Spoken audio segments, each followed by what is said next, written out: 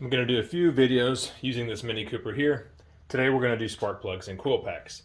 This is a really easy job, but just figured we'd go ahead and do a video for those of you that want to do maintenance yourself and maybe haven't worked on a lot of vehicles in the past. So we're going to go over some pretty basic things. If you guys, do this stuff often, you'll probably skip over a lot of this. But we'll start from the beginning. So right here, you see your coil packs with these wires going to them and these connectors.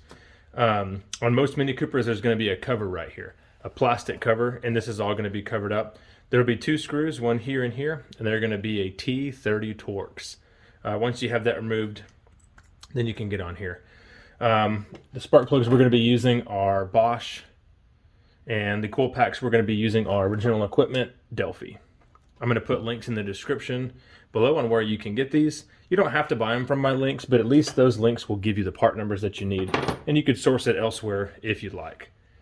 There is a special socket that you're going to need. To do these spark plugs, you can get by with some regular sockets, and I'll show those to you. First thing we're going to do is lift up on this plastic section right here, and then just pull back. Then our 3-prong plug is going to come out, and all you have to do is just kind of lift and wiggle, and this is going to come out.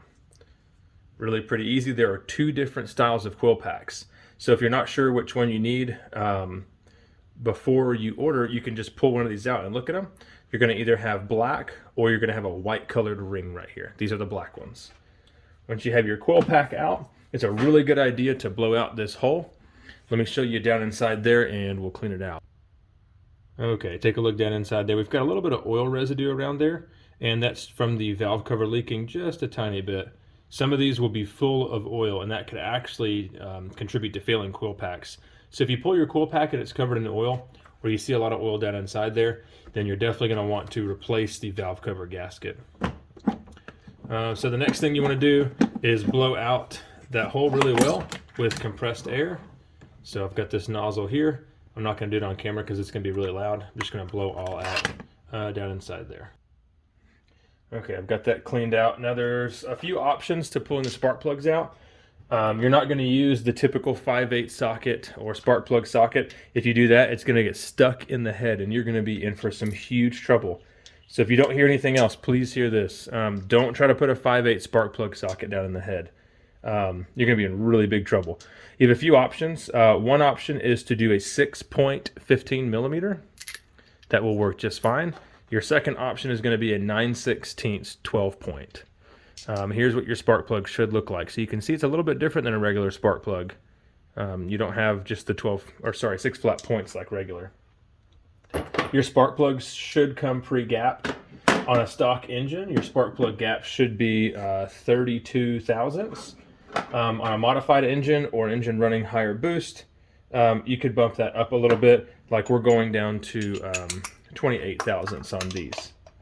Let me go ahead and show you what to do. Let me grab my spark plug gapping tool so I can show you what that looks like. To gap the plugs, I use two different tools.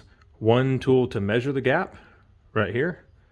Stick it in there and go around. I've already got mine set at 28 thousandths, measuring the gap there. Be really careful because the platinum or iridium tips can break off. If you need to adjust your gap, this is what you want to use. This tool right here, you're going to put the ground strap in there and bend it either open or closed.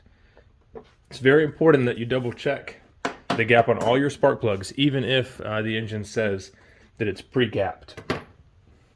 We've got our socket down in there. We can go ahead and remove our first spark plug.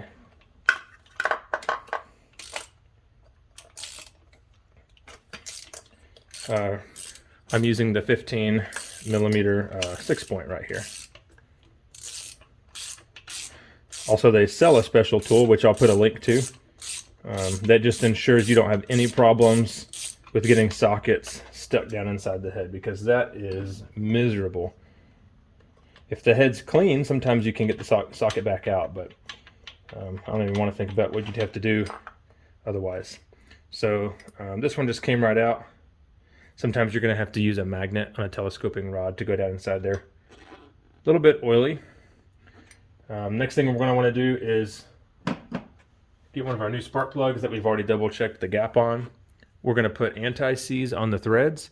It's not absolutely necessary, but but it is a really good practice to be in. So we'll put anti-seize in these threads, and then we'll stick it in and torque it to spec.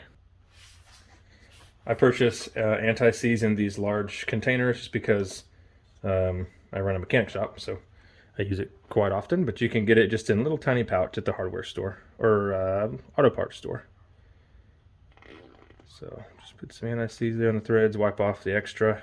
Some manuals will tell you that you need to torque the spark plugs to 17 foot-pounds, but talking to Mini Cooper specific technicians, they'll say to torque them between 22 and 25 foot-pounds. So we're going to torque it at 22.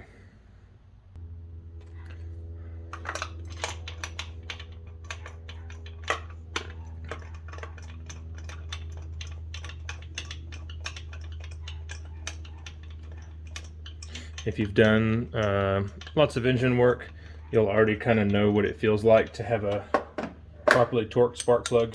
But we're going to use the torque wrench for this demonstration, assuming you don't work on vehicles very often.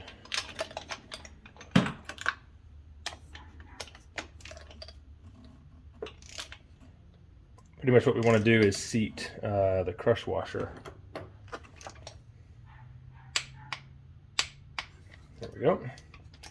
And then I'm going to double check it with my elbow torque wrench, and that feels perfect. Alright, next up we're ready for the new coil pack. And as you guessed it, it's pretty easy. Just going to stick it down in there, all the way down until you hear that second click. You'll know your coil pack is seated because of how low this is right here. You might have one that's sitting up a little bit too high. You'll think it's in place, but you won't have that second click. So you're going to push it down until you have a really solid click. And that's pretty much it. Then you're done. You're going to repeat that process for the other spark plugs, and that's going to be it. If you have any questions, put them in the comments. Thanks for watching.